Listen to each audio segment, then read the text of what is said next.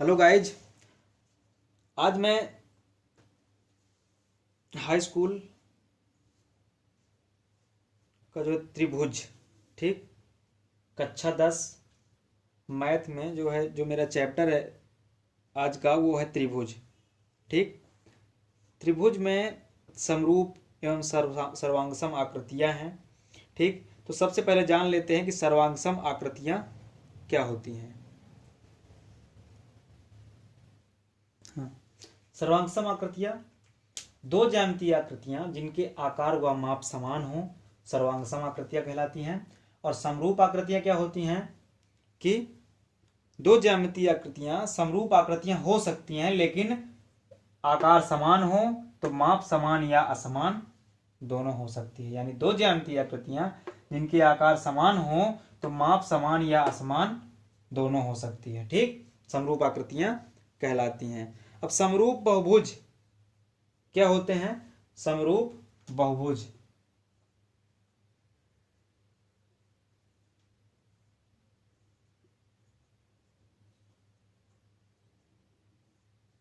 ठीक, दो बहुभुज समरूप होते हैं यदि और केवल यदि उनकी भुजाओं की संख्या समान हो, उनके संगत कोण समान हो, उनकी सभी संगत भुजाएं समानुपाती हों, अर्थात वे सभी एक ही अनुपात में हों।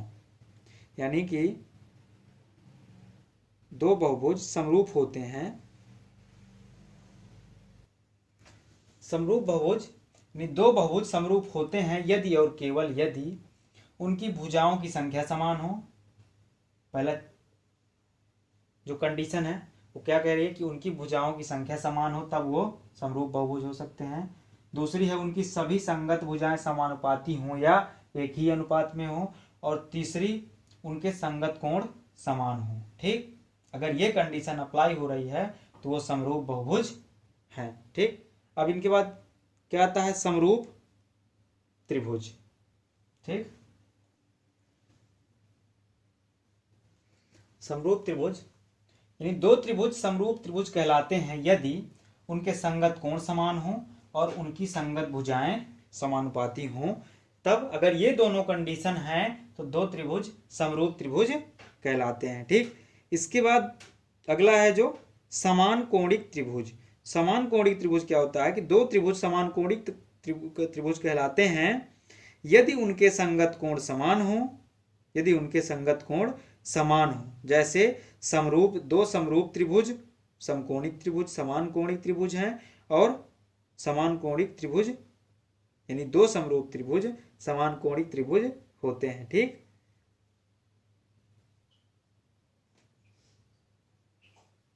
चलिए देखते हैं कुछ प्रमेय हैं इस पे, किस पे आधारित हैं? जो आधारभूत समानुपातिकता, ठीक, प्रमेय है, यानी थेल्स की प्रमेय इसको कहते हैं। जैसे कि प्रमेय बोर्ड पे रही, यदि किसी त्रिभुज की एक भुजा के समांतर अन्य दो भुजाओं को भिन्न भिन्न बिंदुओं पर प्रतिच्छेद करने वाली रेखा खींची जाए तो ये अन्य दो भुजाएं एक ही अनुपात में विभाजित हो जाती हैं। प्रमेय हमारी क्या कह रही है? किसी त्रिभुज की एक भुजा के समांतर, ठीक, यानी ये हमारे पास कोई त्रिभुज है ए बी और सी। प्रमेय कह रही है कि किसी त्रिभुज की एक भुजा के समांतर, यानी हम BC के समांतर खींच दिया। क्या रेखा का नाम है? D और E। BC के समांतर अन्य दो भुजाओं को भिन्न भिन्न बिंदुओं पर प्रतिच्छेद करने के लिए रेखा खींची जाए। अन्य दो भुजाओं को भिन्न भिन्न बिंदुओं पर प्रतिच्छेद करने वाली रेखा खींची जाए तो ये अन्य दो भुजाएं एक ही अनुपात में विभाजित हो जाती हैं। ठीक,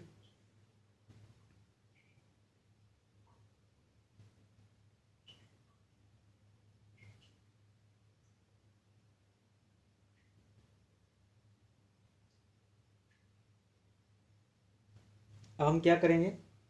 अब हम जो है उपपत्ति में चलते हैं।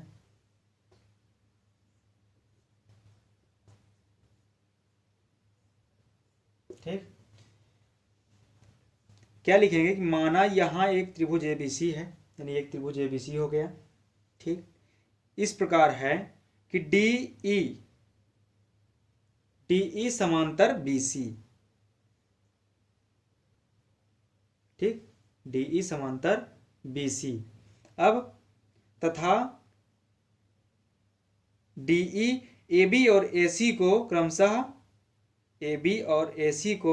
क्रमशः डी तथा ई बिंदुओं पर प्रतिच्छेद करती है।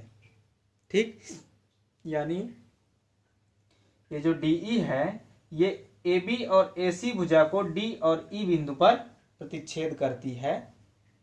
तो हमको क्या सिद्ध करना है कि एडी बटे डीबी,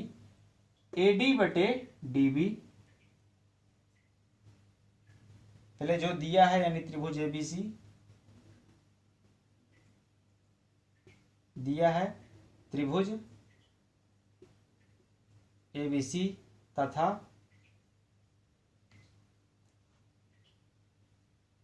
किसी एक भुजा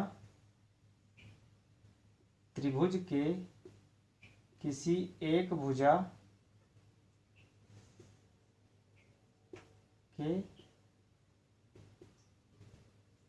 समांतर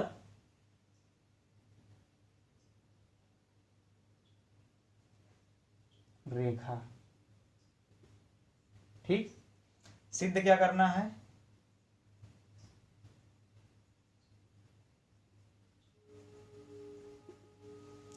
सिद्ध करना है कि जो दो अन्य भुजाएं हैं, यानी ये जो दो भुजा हैं एडी बटे डीबी, सिद्ध करना है हमको कि एडी बटे डीबी बराबर एई बटे ईसी, ये हमको प्रूव करना है। ठीक, तो क्या करेंगे, हम यहां से इसको मिला देते हैं। ठीक, और यहां से इसको मिला देते हैं। ठीक,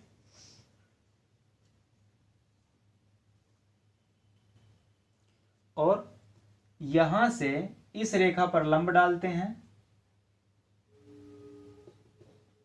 ठीक, और यहां से इस रेखा पर लंब डालते हैं।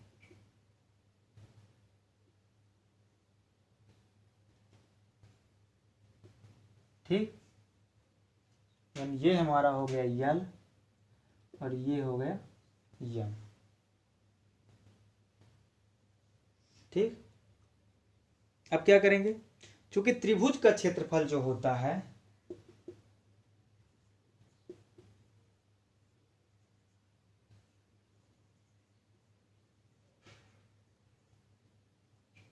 एक बटा दो आधार गुणे ऊंचाई। तो हम किसका क्षेत्रफल निकालेंगे, ए डी और ई का, यानी त्रिभुज ए डी का क्षेत्रफल बराबर ए डी ई का क्षेत्रफल निकालेंगे, यानी 1/2 आधार कितना है हमारा ए डी, ऊंचाई कितनी हो जाएगी ई एल।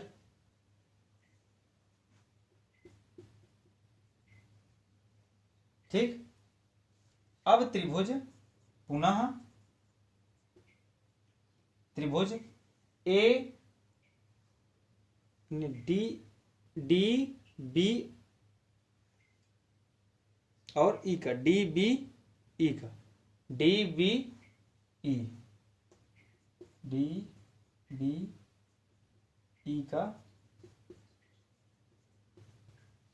यानी डी बी और ई इसका क्षेत्रफल। ठीक,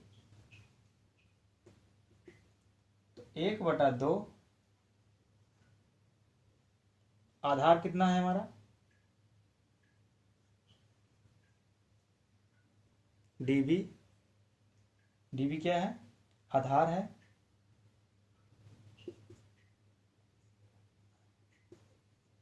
और ऊंचाई क्या हो जाएगी, ऊंचाई कितनी है हमारी ई एल, ई एल, ठीक।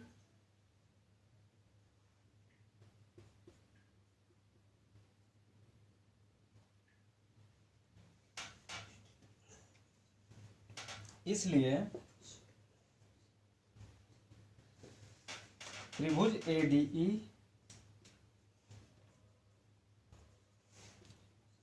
का क्षेत्रफल बटा त्रिभुज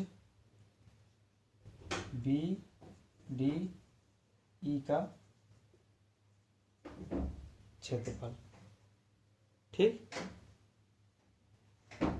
बराबर 1/2 गुणे एडी गुणे ईएल 1/2 डीबी गुणे ईएल। 1/2 से 1/2 कैंसिल, ईएल से ईएल कैंसिल, यानी एडी बटा डीबी। यहां से हमको क्या मिल गया, एडी बटा डीबी, ठीक। यानी एडीई का क्षेत्रफल एईडी, यानी इस त्रिभुज का क्षेत्रफल एडीई का क्षेत्रफल एईडी के क्षेत्रफल के बराबर है, ठीक। यानी अब त्रिभुज एईडी का क्षेत्रफल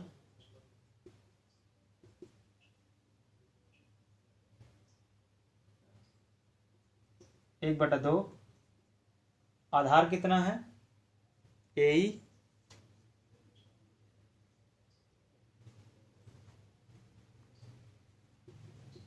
एई, ऊंचाई कितनी है, डीएम, ठीक। एईडी का क्षेत्रफल आ गया। अब हम निकालेंगे ईसीडी का क्षेत्रफल, ईसीडी का क्षेत्रफल, त्रिभुज ईसी डी का क्षेत्रफल बराबर 1/2, आधार कितना है, ईसी,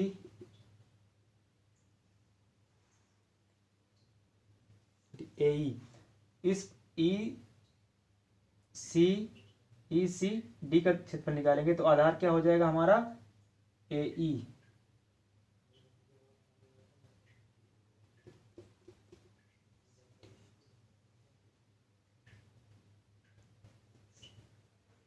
ईसी आधार हो जाएगा और ऊंचाई क्या हो जाएगी, डीएम।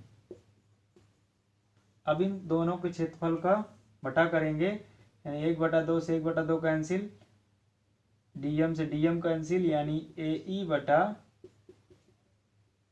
ईसी, जो हमारे पास निकल के आया, एई बटा ईसी।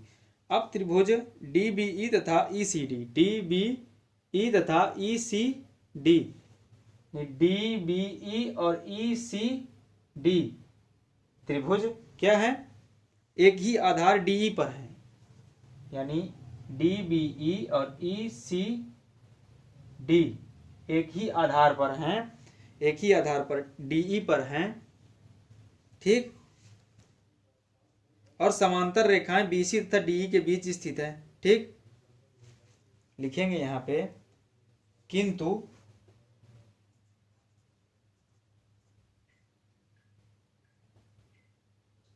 त्रिभुज डी बीई तथा ईसीडी, त्रिभुज ईसीडी एक ही आधार डीई पर है,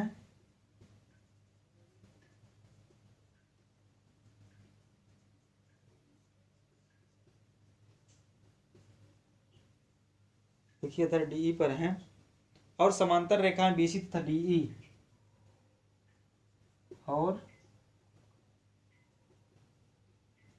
समांतर रेखाएं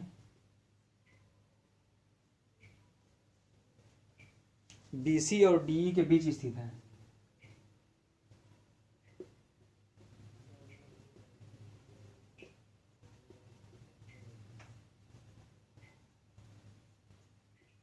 बीच स्थित है। त्रिभुज डीबीई का क्षेत्रफल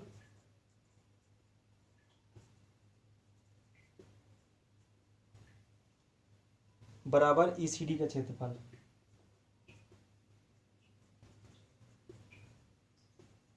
ठीक। तो यहाँ पे ये हमारे पास था समीकरण 1 था, ये हमारे पास समीकरण 2 हो गया। ठीक।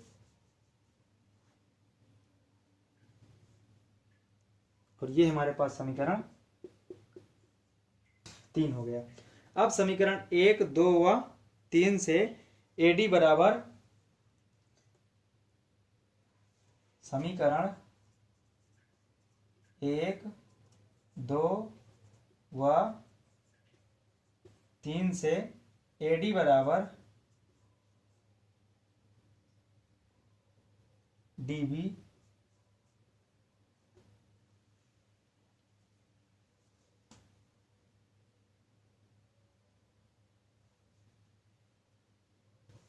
AC बटे